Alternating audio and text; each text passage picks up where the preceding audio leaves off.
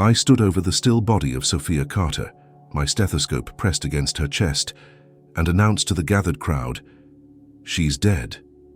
Typhoid fever has claimed another victim. I'm sorry." Master Hartwell nodded grimly. "Get her buried quickly, before the disease spreads further." But Sophia wasn't dead. Her heart was beating, slowly, deliberately, kept in a state of near death by the carefully measured dose of Jimson weed and laudanum I'd given her 2 hours earlier. And in approximately 6 hours, when she was supposed to be buried in the slave cemetery, I would dig her back up and smuggle her away from this plantation, away from slavery, away from a system that would let her die rather than spend money to save her. My name is Dr. William Hayes, and this is the story of how I committed fraud, broke multiple laws, destroyed my medical career, and risked everything to save the woman I loved. Because sometimes the only moral choice is to break immoral laws. It began 6 weeks earlier, in August of 1858, when I arrived at Hartwell Plantation in South Carolina as a hired physician to treat an outbreak of typhoid fever that was decimating the enslaved population. I was 28 years old, recently graduated from Pennsylvania Medical College, full of idealism about healing and helping people. I'd grown up in Philadelphia in an abolitionist household, but I'd never actually been to the South, never seen slavery up close. The reality was worse than anything I'd imagined. Master Hartwell greeted me with cold efficiency. "Dr. Hayes, good of you to come. The disease is spreading through the quarters. I've lost 6 valuable Negroes already, and more are falling ill daily. I need you to stop it." Valuable Negroes. Not people, not human beings, property with monetary value. That was my first jarring encounter with the way enslaved people were discussed. "I'll do my best, sir, but I'll need to examine the patients, assess the conditions, understand the source of the outbreak." "The source is those filthy quarters where they live. But I can't improve conditions right now, money's tight. Just treat the sick ones and stop the spread." He led me to the slave quarters, a row of cramped, poorly ventilated cabins where over 60 people lived in conditions that would be unconscionable for livestock. The typhoid outbreak was predictable given the contaminated water source and lack of basic sanitation. "This is Sophia," Hartwell said, gesturing to a woman in her mid-20s who was tending to the sick. "She's my best nurse, takes care of the ill, administers whatever medicines I provide, keeps things organized. She'll assist you." Sophia looked up at me, and I felt something shift in my chest. She had intelligent eyes, strong features, and a calm competence as she moved between patients, adjusting blankets, offering water, speaking softly to the suffering. "Ma'am," I said, nodding respectfully. She looked surprised at being addressed that way. "Doctor, welcome. We're grateful for any help you can provide." Her voice was educated, articulate, surprising given that teaching enslaved people to read was illegal in South Carolina. Later, I'd learned she'd been taught secretly by a sympathetic minister's wife before being sold to Hartwell. Over the next days, we worked together treating the typhoid patients. The disease was brutal: high fever, delirium, intestinal complications, death in severe cases. Treatment options were limited: rest, fluids, fever management, and prayer. Sophia was extraordinary. She had an intuitive understanding of medicine, knew which herbs could help with symptoms, anticipated my needs before I asked, and maintained calm even when patients died in her arms. "You're a natural physician," I told her one evening after we'd lost another patient, a young boy of 12. "I've been caring for sick people since I was 14, she said quietly. "Master Hartwell doesn't want to pay for a doctor except in emergencies, so I handle most medical issues on the plantation." "But you have no formal training." "I observe, I learn, I remember. When a white doctor comes through, I watch everything he does. When people survive, I note what worked. When they die, I consider what might have been done differently." "That's remarkable. You have the mind of a scientist." She smiled sadly. "A mind is the one thing they can't take from us, no matter how hard they try." That was when I started truly understanding the people I was treating, not as enslaved laborers or Master Hartwell's property, but as fully human beings with thoughts, feelings, talents, and dreams that were being crushed by an evil system. And I started falling in love with Sophia. It wasn't sudden or dramatic. It was gradual. built through shared work, through conversations in the quiet moments between treating patients, through watching her gentle care for the suffering, through learning her story. She'd been born free in Virginia, the daughter of a freedwoman. But when she was 8 years old, her mother died, and through legal manipulation and fraud, Sophia was declared enslaved and sold. She'd spent 17 years in bondage, moving from owner to owner, until Hartwell purchased her 5 years ago specifically for her medical knowledge. "I had dreams once," she told me one night. "We were sitting outside the sick house taking a brief rest. I wanted to be a real nurse, maybe even study medicine properly. My mother encouraged that, said having a skill was the best protection in a dangerous world. Those are still possible," I said, "if you were free, but I'm not free and I won't be. Master Hartwell will never sell me, I'm too valuable, and I have no way to purchase myself. There are other ways to freedom." She looked at me sharply. "Don't talk about that, not here. Those kinds of conversations get people killed." She was right, of course, but the seed was planted. Over the following weeks, as the typhoid outbreak gradually came under control, Sophia and I grew closer. We'd talk late into the night about medicine, about philosophy, about the world beyond the plantation. I'd share what I'd learned in medical school, and she'd share the practical knowledge she'd accumulated through years of experience. I'd also started to understand the depth of cruelty in the system. I watched Master Hartwell refuse to provide adequate food for the sick, saw him punish people for being too ill to work, heard him discuss selling a woman's children because she'd become troublesome after I'd saved her life. "Why do you stay?" Sophia asked me one evening. "You've treated the outbreak. You could leave any time." "I stay because of you," I said honestly. She looked away. "Dr. Hayes, William, please call me William. William then, you need to understand something. Whatever you're feeling, whatever you think might be possible, it's not. You're a white man, a physician from the north, I'm a slave. The law, society, everything forbids what you're suggesting. I don't care about the law. Not when the law is evil. But the law has power, and that power can destroy both of us. Then we'll be careful." She shook her head, but I saw tears in her eyes. "I can't let myself hope. Hope is too dangerous." But hope was already growing between us, whether we acknowledged it or not. I extended my stay at Hartwell Plantation, claiming I needed to monitor for relapse and prevent future outbreaks. Hartwell was satisfied. My presence was cheaper than losing more enslaved people to disease. Sophia and I stole moments together whenever possible, a touch of hands while examining a patient, whispered conversations in the darkness, once a brief, desperate kiss in the shadows of the sick house. "I love you," I told her. "I know it's impossible. I know it's dangerous, but I love you." "I love you too," she whispered back, "and that terrifies me." If you're moved by William and Sophia's forbidden connection, drop a comment telling us where you're watching from and subscribe. We're uncovering love stories that challenge the very foundations of an unjust system. In October, disaster struck. Sophia began showing symptoms of typhoid fever, the same disease we'd been treating in others. High fever, weakness, delirium. "You need to rest," I told her, helping her to a pallet in the sick house. "Let me take care of you now." "I can't be sick," she said through chattering teeth. "Master Hartwell doesn't tolerate sickness in valuable slaves. If I can't work—" "You're not working. You're recovering. I'll handle everything." I treated her with everything I knew: fever reduction, hydration, rest, careful monitoring. For 2 days, she seemed to improve. Then on the 3rd day, she took a severe turn for the worse. Her fever spiked dangerously high. She became delirious, unable to recognize me. Her pulse weakened. This was the critical stage. Survive the next 48 hours, and she'd likely recover. But survival required intensive treatment, ice baths, constant monitoring, expensive medications I didn't have on hand. I went to Master Hartwell. "Sir, Sophia has taken a severe turn. She needs intensive treatment. Medicines I'll have to order from Charleston, round-the-clock care. But I believe I can save her if—" "How much will these medicines cost?"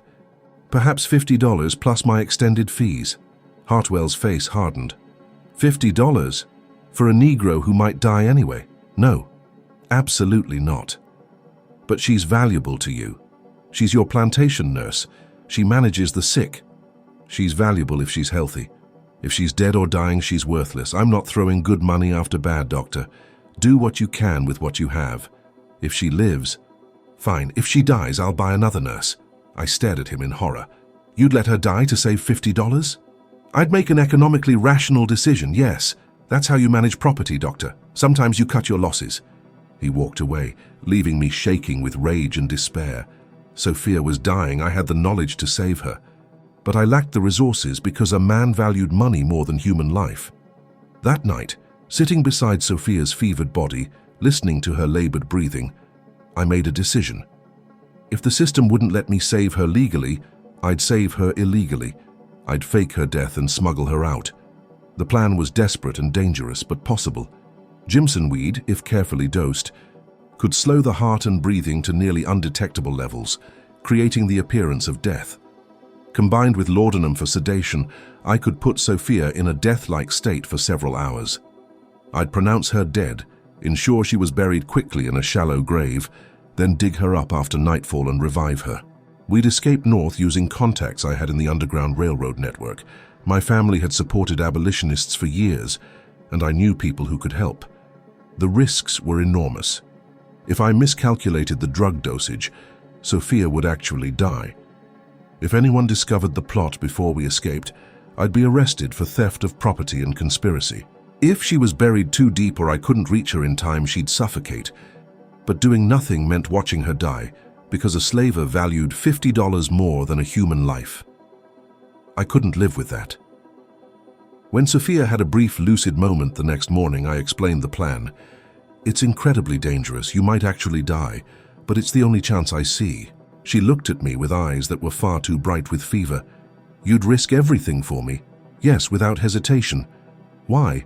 Because I love you, because you deserve to live, because I can't watch you die when I have the power to prevent it. She was quiet for a long moment. If we do this and it works, we can never come back. You'll lose your career, your reputation, everything you've worked for. I know, but I'll have you, and I'll have a clear conscience. That's worth more than career or reputation. Then do it. I'd rather die trying to be free than live another day as property. I spent that day preparing. I mixed the drugs carefully, calculating dosages based on her weight and weakened condition. I spoke to Hartwell about her deteriorating condition, preparing him for her death. I identified the spot in the slave cemetery where she'd be buried, shallow, away from other graves, where I could dig quickly. I also wrote letters, one to my family explaining what I'd done, one to a colleague in Philadelphia asking for help, one to the Underground Railroad contacts. I gave these to a trusted free black man in town who'd agreed to post them after we were gone. That evening, as the sun set, I administered the drugs to Sophia. This will be uncomfortable, I warned her. Your heart will slow, your breathing will nearly stop. You'll feel like you're dying and you'll be very close to actually dying, but I'll bring you back, I promise. I trust you, she whispered. Within minutes, the drugs took effect. Her breathing slowed, became shallow and irregular. Her pulse weakened to barely perceptible. Her skin took on a deathly pallor. To any observer, she appeared dead or dying. I waited 30 more minutes, monitoring her carefully to ensure the drugs had fully taken effect, but hadn't killed her. Her heart was still beating, slowly, very slowly, but beating. She was alive, just in a state so close to death that she'd pass any examination. Then I went to find Master Hartwell. Sir, I'm sorry to report that Sophia has passed away. The typhoid was too advanced. She died about 20 minutes ago. He looked annoyed rather than sad. Damn, that's a loss of $700. Did she suffer? No, sir, she went peacefully. Well, get her buried quickly. Can't risk the disease spreading from a corpse. And Dr. Hayes, I'll settle your bill tomorrow. Your services are no longer needed. Of course, sir. Everything was going according to plan. Hartwell's callousness made it easier not to feel guilty about what I was doing. This wasn't a man who deserved honesty or loyalty. 2 enslaved men were assigned to bury Sophia that evening. I watched as they placed her still body in a simple wooden coffin, carried her to the slave cemetery, and dug a grave. It was shallow, perhaps 3 feet deep, because they were tired and it was late, and nobody really cared about the burial of enslaved people. They lowered the coffin, shoveled dirt over it, and left. I waited in the shadows, my heart pounding so hard I thought it might burst from my chest. Everything depended on the next few hours. If anyone came to check, if I'd miscalculated the drug dosage, if I couldn't dig fast enough. But I had to try. As soon as the men were out of sight and full darkness had fallen, I approached the grave with a shovel I'd hidden earlier. The moon was nearly full. Enough light to see by, but that also meant I was more visible if anyone came looking. I dug frantically, throwing dirt aside, working as quickly and quietly as possible. 3 feet had never seemed so deep. Every sound made me freeze, terrified of discovery. Finally, the shovel hit wood. I cleared the dirt from the coffin lid, pried it open with shaking hands, and looked inside. Sophia lay still, deathly pale in the moonlight. For a horrible moment I thought I'd killed her, that the drugs had been too much, that I'd made a fatal error. Then I saw the faint rise and fall of her chest. She was alive. I lifted her from the coffin. She was limp, completely unresponsive, like carrying a corpse. I quickly refilled the grave enough that it wouldn't look disturbed, grabbed the bag I'd hidden with supplies, and carried Sophia away from the plantation. I'd arranged to meet my Underground Railroad contact, a free black man named Samuel, at a barn 2 miles away. Every step of that 2-mile walk was terrifying. Sophia was dead weight in my arms, and if anyone saw a white man carrying what appeared to be a dead black woman through the countryside at night, there would be questions I couldn't answer. But we made it. Samuel was waiting with a wagon as promised. "Is she dead?" he asked, looking at Sophia's still form. "She's drugged. She should wake in a few hours. We need to get far away from here before that happens. I have a route north planned. Safe houses every 30 miles or so, but it's dangerous, especially for you. White man helping a runaway slave. They hang people for that." "I know. Let's go." We traveled through the night, Samuel driving, me in the back of the wagon holding Sophia's still body, monitoring her pulse and breathing, praying that the drugs would wear off as planned and she'd wake up alive and whole. Around 3 in the morning, she began stirring. Her breathing deepened, her pulse strengthened. Then her eyes fluttered open. "William?" Her voice was barely a whisper. "I'm here, you're alive, we're free." She started crying, great racking sobs that shook her whole body. I held her, whispered reassurances, let her process the impossible reality that she'd been dead and buried, and was now alive and fleeing toward freedom. "Did it work?" she finally asked. "Do they think I'm dead?" "Yes. You're buried in the slave cemetery at Hartwell Plantation. As far as anyone knows, Sophia died of typhoid fever. So I'm free. Not legally. You're still legally his property. But practically, as long as we can get north and stay hidden, you're free." She touched my face. "You saved my life. You risked everything. You're worth everything." The journey north took 3 weeks. We traveled mostly at night, moving from safe house to safe house along the Underground Railroad network. Samuel accompanied us the first week, then handed us off to other conductors. It was exhausting, terrifying, and exhilarating. Every sound made us jump. Every white person we passed might be a slave catcher. Every town we went through was a potential trap. But we were together, and with each mile north, Sophia became more animated, more alive. The shadow of slavery was lifting from her, and I watched her transform from property to person in a way that was beautiful and heartbreaking. "I keep thinking I'll wake up back in the quarters," she said one night as we traveled through Virginia, "that this is all a fever dream, and I'm actually dead or dying. It's real. You're free.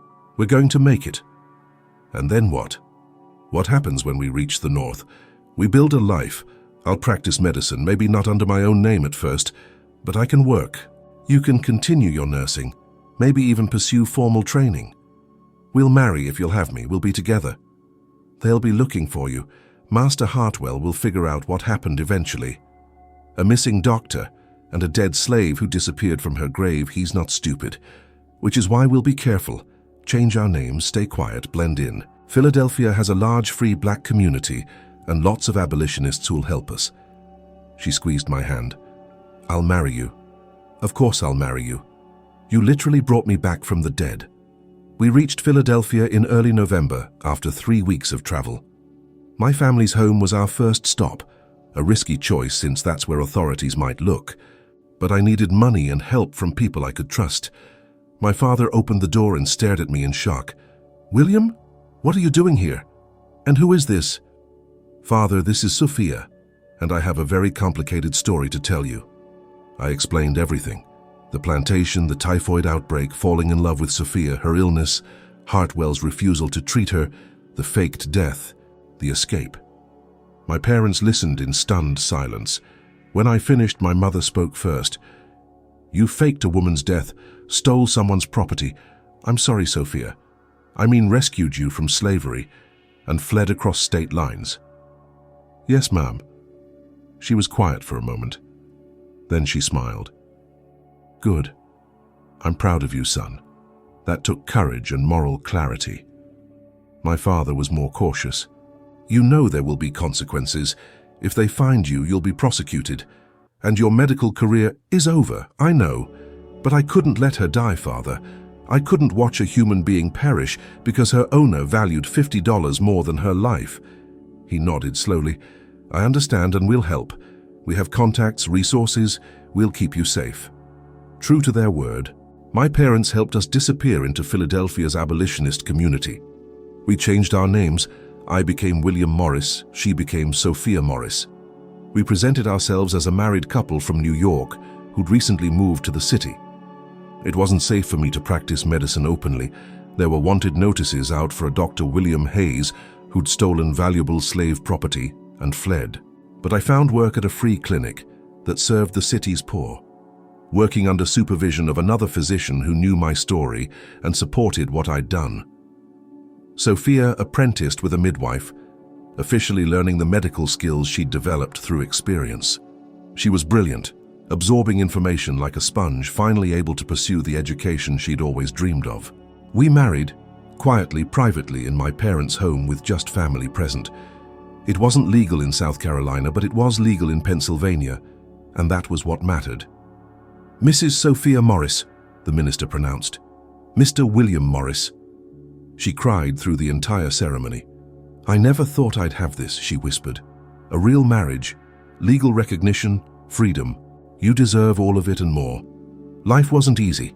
We had to be constantly vigilant. Slave catchers operated even in free states, and the fugitive slave law meant Sophia could be captured and returned to Hartwell if discovered. I'd destroyed my career and couldn't practice under my own credentials. But we were together, we were free, and we were building something beautiful. In 1859, Sophia got pregnant. We were both thrilled and terrified. Bringing a child into our complicated situation seemed risky. But we wanted a family, wanted to create life together. Our daughter, Grace, was born in early 1860.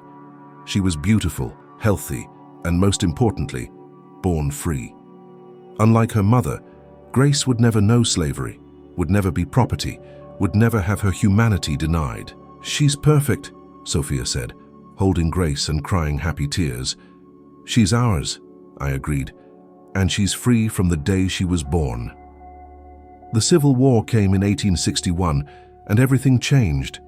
Suddenly, the question of slavery was at the center of national conflict. We followed the news anxiously. Would the war free enslaved people? Would it make our situation safer or more dangerous? The Emancipation Proclamation in 1863 didn't apply to Sophia directly. She'd already been dead for 5 years by then, but it signaled that the entire system was crumbling. By 1865, when the war ended and the 13th Amendment was passed, Sophia was legally free for the first time since she was 8 years old. "It's really over," she said, reading the news. "Slavery is over." "Yes, and you're free, not just practically, but legally." "Do you think Master Hartwell ever figured out what happened? That I wasn't really dead?" "Probably, but he couldn't prove anything, and by then, the war had started. He had bigger problems than one escaped slave. We lived quietly in Philadelphia for the rest of our lives. I eventually resumed practicing medicine under my real name. By the 1870s, the warrants for my arrest had been forgotten in the chaos of Reconstruction. I specialized in treating poor communities, carrying forward the lesson I'd learned on that plantation, that every human life has equal value. Sophia became a nurse and midwife, one of the first formally trained black female medical professionals in Philadelphia. She delivered hundreds of babies, saved countless lives, and became a respected figure in the community. We had 2 more children, a son, Thomas, in 1862, and another daughter, Mary, in 1865. All 3 children grew up free, educated, and aware of their mother's story. "Mama was dead and Daddy brought her back to life?" Grace asked when she was old enough to understand. "Mama was dying, and Daddy found a way to save her," Sophia corrected gently. "It was dangerous and illegal, but sometimes the moral thing to do is break immoral laws." "So breaking rules is okay if the rules are wrong?" "Yes, but you have to be very sure the rules are wrong, and be willing to accept the consequences." Our story became known in abolitionist circles. Frederick Douglass mentioned it in a speech once. The heroic doctor who declared a woman dead to grant her life. We were profiled in anti-slavery newspapers. Some called me a hero. Others called me a criminal who'd stolen property. I never cared much about the labels. I'd done what I had to do to save the woman I loved and to stand against an evil system. That was enough. In 1895, a medical journal interviewed me about my career. The interviewer asked about my time in South Carolina. "Is it true you faked a patient's death to help her escape slavery?" "Yes, it was the most unethical and most moral thing I've ever done as a physician."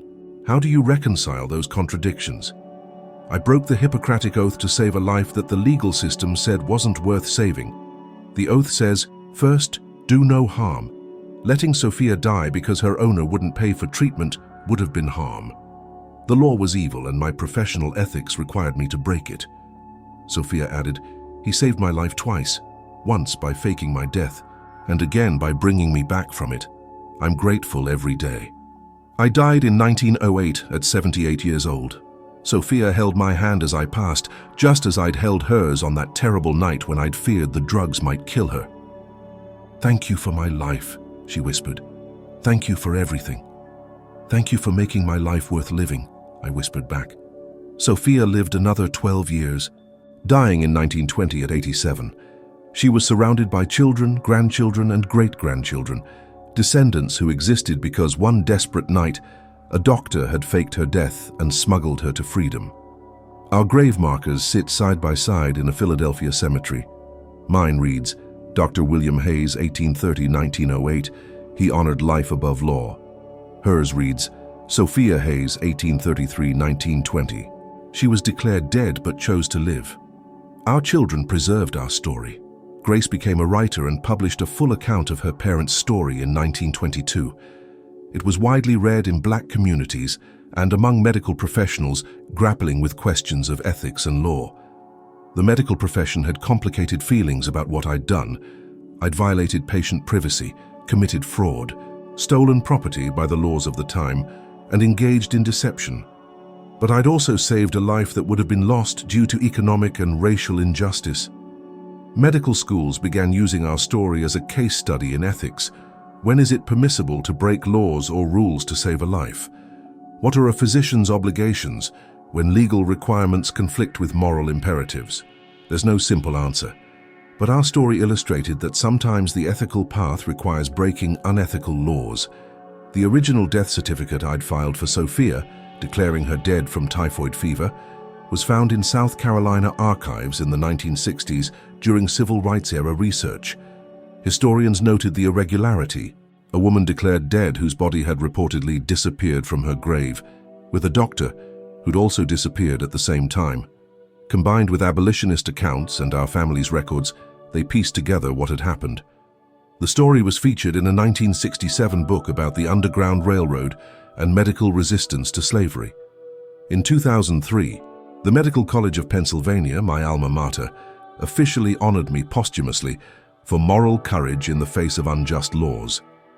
They created a scholarship in my and Sophia's names for students pursuing medicine to serve underserved communities. Our great-great-great-granddaughter spoke at the ceremony. My ancestors' story reminds us that the law and justice aren't always the same thing. Sometimes the most ethical choice is to break unethical rules. Dr. Hayes risked everything to save a woman the law said wasn't worth saving. That's the kind of moral courage we need more of today.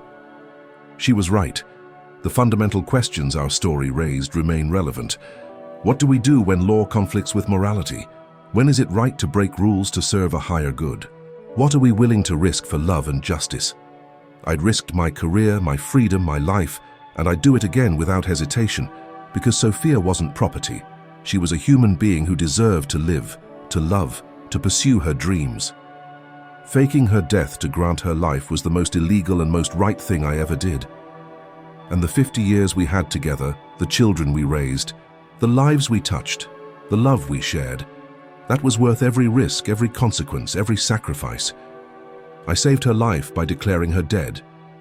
And in doing so, I found my own life's purpose, to honor the fundamental humanity of every person, regardless of what the law says, regardless of the consequences. That's a legacy I'm proud to leave behind. Historical record. Dr. William Hayes graduated from Pennsylvania Medical College in 1857 and briefly practiced in South Carolina before returning to Philadelphia in late 1858. Historical records indicate he was wanted for theft of slave property related to a woman named Sophia, who allegedly died and whose body disappeared from Hartwell Plantation. Hayes practiced medicine in Philadelphia under the name William Morris until after the Civil War, then resumed using his real name in the 1870s. He married Sophia, surname unknown, later Hayes, in 1858 in Pennsylvania. They had 3 children: Grace, 1860-1945, Thomas, 1862-1940, and Mary, 1865-1952. Hayes specialized in treating underserved communities and was known for his advocacy of medical ethics that placed human life above legal requirements. Sophia Hayes became a trained nurse and midwife working in Philadelphia's black community. William died in 1908, Sophia in 1920. Their story was documented in Medical Resistance to Slavery, University of Pennsylvania Press, 1967, and remains a case study in medical ethics curricula. Dr. Hayes and Sophia's story reminds us that true morality sometimes requires courage to stand against unjust laws, that declaring someone dead to grant them life can be both the most illegal and most ethical choice.